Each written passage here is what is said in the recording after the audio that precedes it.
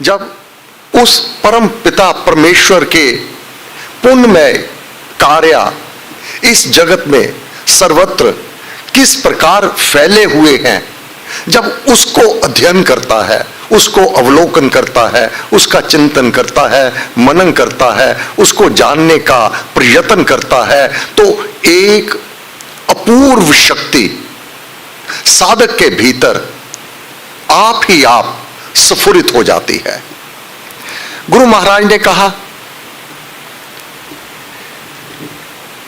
यह दृश्यमान जगत जो दिखाई देता है, यह दृश्यमान जगत पहले अव्यक्त था, नहीं दिखाई देता था। फिर ईश्वर इच्छा से निश्चय व्यक्त हो गया। उसे भगवान ने पहले यह जगत जब दृष्टिगोचर हुआ, वह परमात्मा इसमें अपने आप प्रकट हो गया। इसी कारण इसको पुण्य रूप कहा गया। निश्चय से श्री स्वामी जी महाराज लिखते हैं, जो वह भगवान पुण्य रूप है, अब यहां पर साधक को यह समझ आ जाती है कि वह परमात्मा स्वयं पुण्य रूप है। वह मांगलिक मंगल करने वाला है, कल्याण करने वाला है, समस्त सुखों को देने वाला है। जब वह सर्वत्र विद्यमान परमपिता परमात्मा स्वयं मांगलिक है, मंगल करता है, कल्याण करता है, सुख देता है, फिर मानव को दुख विपरीत समय किस कारण होता है? वह तो स्वतः प्रकाश अनंत स्वरूप है।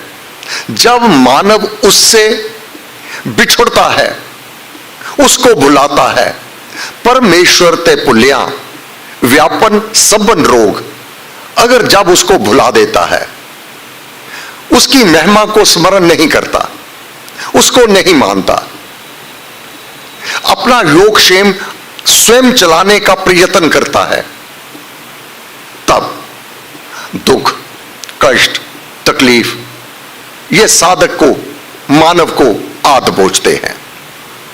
परंतु परम पवित्र परमात्मा ही सुख तथा सार स्वरूप है, जो यह जानता है, जो यह अध्ययन करता है कि सब सुखदाता राम है, सभी सुखों को देने वाला राम ही है।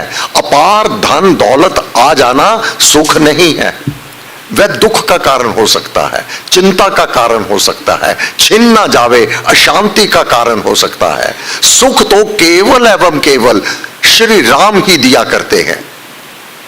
ये सुख सुविधाएं आद कभी दुख और कभी सुख की अनुभूति करवाएंगे, परंतु राम नाम स्वयं मांगलिक मंगल और कल्याण करने वाला सर्वत्र सुखों को देता है। धन दौलत से महल बनाया जा सकता है, बहुत सुंदर बिछौने बिछाए जा सकते हैं, परंतु उस पर शांति आ जावे, आनंद की प्राप्ति हो जावे और सुख प्राप्त हो जावे, ऐसा नहीं। मखमल के बिछौने पर भी वह तड़पा करता है, अशांत हुआ करता है, सुख कोसों दूर हो जाता है। क्यों? राम से दूर हो गया। उसको अपने भीतर जपो जी नित राम राम राम श्री राम, उसको स्थान नहीं दिया।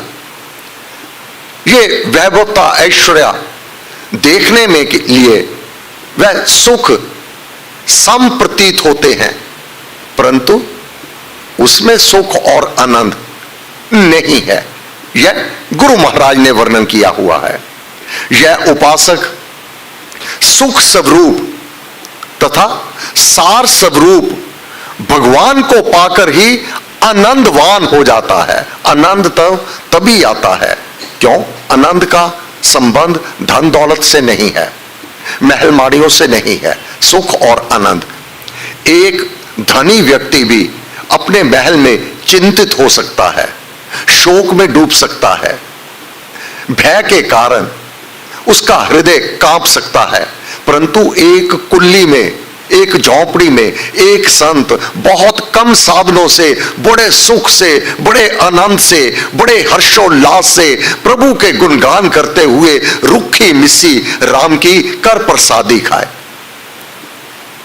रुक्खी मिस्सी भी मिलती है, वह परमेश्वर का प्रसाद समझ करके, अनुग्रह, उसकी कृपा को मान करके धन्यवाद करता है और नाम जाप में निमग्न हो जाता है। आनंद उसे मिलता है, सुख उसे मिलता है, शांति उसे मिलती है जो उसकी शरण को ग्रहण कर लेता है।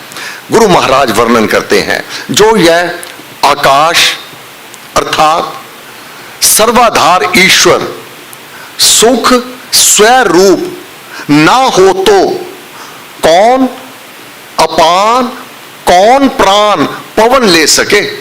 ये सांस का आना जाना भी सुख स्वरूप तभी है अगर वह परमात्मा भीतर जागृत है, सुख स्वरूप वह देने वाला है। अन्यथा धनी को तो सांस के लेने की भी कठिनाई होती है, वह सांस भी नहीं ले पाता। डॉक्टर से यही कि मुझे बहुत मुश्किल सांस आता है। क्यों? परमेश्वर ते पुल्या व्यापन सबन रोग। हनुमान जी से जब पूछा विपदा कब आती है, कष्ट कब आता है, हनुमान जी जब परमेश्वर को भुला दिया जावे तो सर्वत्र कष्ट दुख उस मानव को घेर लेते हैं, क्योंकि उसने अपने हृदय में वह जो सिंह है, जो सर्व शक्तियों का स्वामी है, उसको बाहर कर दिया। अब गीदड़ उसको भीरू बनावेंगे, उसको डरपोक बनावेंगे। राम नाम जपने वाले में भीरुता नहीं होती, वह डरता नहीं। क्यों? उस सर्वशक्ति में स्वामी से उसने नेह कर रखा है, प्रीति कर रखी है और उसके साथ उसने एकाकार कर लिया है, जो शक्तिशाली है, सर्वत्र सारे विश्व को धारण किए हुए है, उसके साथ मित्रता कर ली है। भगवान की सत्ता के बिना, भगवान की सत्ता के बिना जीना और प्राण लेना असंभव है। वह जो सुख, वह जो आनंद साधक को, मानव को प्राप्त होना चाहिए, बिना राम नाम के, बिना भगवान की शरण को ग्रहण किए हुए वह नहीं प्राप्त कर पाता, असंभव है। यही हरि सबको सुखी करता है, आनंदमय बनाता है। जब तक उसकी शरण को नहीं ग्रहण किया जाता, परिवार के दूसरे सदस्यों के प्रति द्वेष भाव, ईर्ष्या, उनके प्रति क्रोध, उनके कर्मकलाप साधक को दुखी करेंगे। बुराई उसमें है, किसी भी परिवार के सदस्य में, किसी भी रिश्ते नाते में बुराई उसमें है और अशांत तू होता है। क्यों? तूने हृदय में राम नाम को नहीं स्थापित किया। अगर राम नाम को स्थापित किया होता, नाम का जाप किया होता, उसकी शक्तियों के ऊपर विश्वास होता, तो तू उस बुरे व्यक्ति के लिए भी नाम का जाप करके पहले तो अपने आप को शांत रखता, फिर इस कदर तू समर्थवान हो जाता कि पर की बुराई छुड़ाने में भी तेरा जाप, तेरा साधन, तेरा तप, बुरे व्यक्ति को भी अच्छा बनाने में तू समर्थवान हो जाता। अन्यथा अगर राम नाम हृदय में नहीं, परिवार के सदस्य ने ऐसा मेरे साथ व्यवहार किया, उसने ऐसा कहा, उसमें स्वभाव उसका तड़प तू रहा है, स्वभाव उसका, वचन उसके, और मन में अशांति तेरे। क्यों? क्योंकि भीतर राम नाम को स्थान नहीं दिया हुआ, जो सुखों को देने वाला है, जो आनंद को देने वाला है, जो तेरी शक्ति समर्थ को बढ़ाने वाला है, तू वह स्थान तूने नहीं दिया। अशांत है जो अशांत है वह मान जावे, समझ जावे कि उसने अपने हृदय में वह उच्चतम स्थान जो परमात्मा को देना आवश्यक है नहीं दिया हुआ है। परमेश्वर ते पुल्या व्यापन सबन रोग। कितने प्रकार के रोग, कितने ही जो रोग है, सभी मन का रोग, शरीर का रोग इत्यादि, ये अपना साम्राज्य फैला लेते हैं, उस घर को, उस हृदय को अपना घर बना लेते हैं जिस हृदय में राम नाम नहीं होता। जब ही यह उपासक इस अदृश्य, अब वायु है दिखाई नहीं देती, सांस ले रहे हैं, हमारे प्राण आ रहे हैं, जा रहे हैं, प्राण अपान जो कार्य कर रहे हैं, वायु है। क्या इसका कोई रूप है? कोई इसका शरीर है? कोई इसका आकार है? नहीं दिखाई देती। परंतु इसका अभाव अगर हो जावे, दम घुट जावे। स्वरूप से यह अव्यक्त है, कोई शरीर नहीं इसका, परंतु शक्ति तो है। इसीलिए हम सब बैठे हुए इस समय प्राण ये चल रहे हैं, हमारे सांस आ रहा है, प्राण अपान ये क्रिया चल रही है। अब ये दिखाई तो नहीं देता। इसी प्रकार वह परमात्मा अदृश्य, दृष्टिगोचर नहीं होता। कैसे अनुभव होता है? परमात्मा श्री राम परम सत्य, वह सत्य है, सदा रहने वाला है, प्रकाश रूप।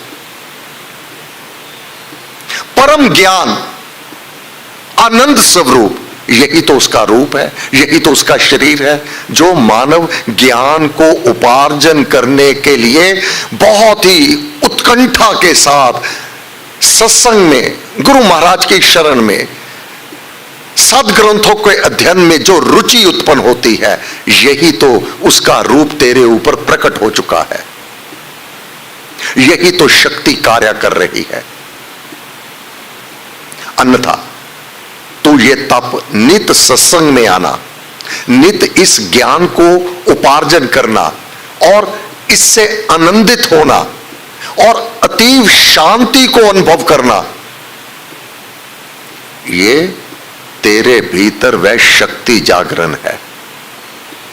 मन व्यवहारिक पदार्थों में तेरे को लगाता है, मेरा बड़ा घर हो जावे, सुंदर पोशाक हो जावे, खान पान को बहुत कुछ हो जावे, बहुत अच्छी सवारी हो जावे।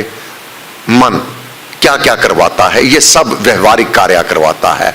आत्मा, वह शक्ति, अधिक मैं नाम का जाप करूं, बुद्धि को रितंबरा बनाता है। मैं अधिक नाम का जाप करूं, मैं क्यों किसी की बुराई सुनूं, मैं क्यों बुराई करूं? होती ही नहीं, उससे सुनी ही नहीं जा सकती। उसको बहुत ही भीतर व्याकुलता होती है, अगर कोई किसी की बुराई करता है वह नहीं सुन पाता। यह वह शक्ति आत्मा, क्योंकि आत्मा परमात्मा का वह अंश है जो परम पावन पवित्र है, उसी पवित्र अंश की वह आत्मा है। अब वह मलिनता अगर भीतर कोई भरने का जाने अनजाने में भी प्रयत्न करता है तो आत्मा व्याकुल होता है, वह नहीं सुनना चाहता, क्योंकि सुनने वाली शक्ति वह आत्मा ही है। कान तो केवल द्वार है, खिड़कियां हैं, उस आत्मा के टूल हैं ये। अब आत्मा जब भीतर जागृत होता है, शुभ कर्म करने को अपनी प्रवृत्ति बन जाती है, स्वभाव बन जाता है। नाम जाप के लिए, सत्संग के लिए, तप के लिए, यज्ञ के लिए, स्वाध्याय के लिए, पाठ के लिए और ज्ञान उपार्जन के लिए यह प्रवृत्ति बन जाती है। कहां से छूट गई? जो मन भटकाता था उस तरफ से हट गया। यह शक्ति जब भीतर अपना कार्य करती है, जब राम अपना कार्य करता है, साधक में यह परिवर्तन आता है। अब जिसके प्रति ईर्ष्या द्वेष था कि उसने मेरे साथ ऐसा किया, ऐसा किया, ऐसा किया, उसके साथ बड़ा ही रुष्ट व्यवहार रहा, अब उसके लिए वह जाप करता है। क्यों? अगर प्रभु तूने मेरे को इस परिवार में भेजा है, क्यों भेजा है? जो और सदस्यों की बुराइयां हैं मुझे दूर करनी है, इसलिए तूने भेजा है। अब उसके भीतर ईर्ष्या और द्वेष भाव समाप्त हो जाएगा, करुणा उत्पन्न हो जाएगी। जिस प्रकार रोगी के लिए एक साधक को करुणा उत्पन्न होती है, उसकी सहायता के लिए किस प्रकार वह दत्तचित रहता है, ललायत रहता है, उसके लिए जाप करता है, पाठ करता है, प्रार्थना करता है, यही साधक के अंदर गुण उत्पन्न हो आता है। क्यों? वह शक्ति अपना कार्य करती है, वह अदृश्य है, निराकार है, शरीर रहित है, और जो भी उसके आश्रित हो जाता है उस पर वह कला प्रकट हो जाती है। वह साधक अब स्वयं तो भीतर से शांत हो जाएगा। कौन क्या करता है, कौन किस कैसे कर्म है, वह उसके लिए जाप तो कर देवेगा, प्रार्थना भी कर देवेगा, परंतु उससे घृणा नहीं करेगा। क्यों? वह जानता है कि इसके पुराने कोई कर्म इसके सम्मुख आए हुए हैं, जो यह विपरीत कर्म करता है, विपरीत बोली वाणी बोलता है, गाली गलौज करता है, अनुचित शब्दों का प्रयोग कर रहा है, उस पर करुणा आएगी। अब उस पर रुष्टता समाप्त हो जाएगी। क्यों? क्योंकि तूने लौ लगा ली। क्यों? वह परम पिता परमात्मा सदैव बख्शनहार है, वह बख्शनहार भीतर प्रकट हो गया, तेरा स्वभाव भी बख्शने का हो जाएगा, क्षमा का बन जाएगा। वह शक्ति अपना इस प्रकार साधक में परिवर्तन वह स्वयं अनुभव करता है, स्वयं आनंदित रहता है, शांत रहता है, और दूसरों की मंगल कामना में अब उसे बहुत रुचि होने लगती है। किसी की निंदा भूल करके भी नहीं होती उससे, क्योंकि यह आत्मा के लिए घातक है। जैसा भाव आत्मा को दिया जाता है, जैसे तेरे विचार होते हैं, जैसे भाव होते हैं, आत्मा उनको ही पकड़ता है, और उन भावों को पकड़ करके जब ये देह का त्याग करता है, उस भाव को बड़ी तीव्रतर गति से उस ओर यह अपनी उड़ान भर लेता है। जैसा भाव, जैसे संस्कार, जैसे विचार मानव इस देह में रहते हुए आत्मा को देता है, यह उसी को पकड़ लेता है। जब हृदय में नाम जाप को स्थान दिया होता है, प्रार्थना को स्थान दिया होता है, उसका धन्यवाद सहित उसके शरण को ग्रहण किया जाता है, तो आत्मा ब्रह्म धाम की ओर उड़ान भरता है, क्योंकि तूने अपनी लौ लगा रखी थी। समय पूरा हुआ। ये गुरु महाराज ने वर्णन किया है कि साधक की अपनी अवस्था शक्ति जागरण के उत्पन्न होने में क्या क्या उसमें परिवर्तन आ जाते हैं, तो जान जावे कि वह शक्ति मेरे भीतर जागृत है, जो मेरे से पुण्य कर्म करवा रही है, शुभ कर्म करवा रही है। बुराइयों की ओर अब मुख नहीं हो रहा, बुराइयां सुनना और देखना ये उसकी रुचि से बाहर हो जाएगा, और वह सर्वत्र सुंदरता ही सुंदरता अवलोकन करेगा, क्योंकि वह राम सुंदर है, बहुत ही शोभावान है। अब जो जिसकी जैसी संगति करेगा वैसा ही स्वभाव हो जाएगा। हे गुरुदेव, आपको बार बार नमस्कार नमस्कार नमस्कार।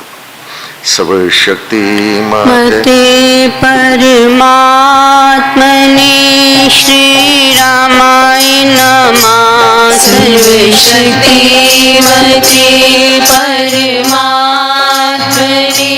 श्री रामाय नमः।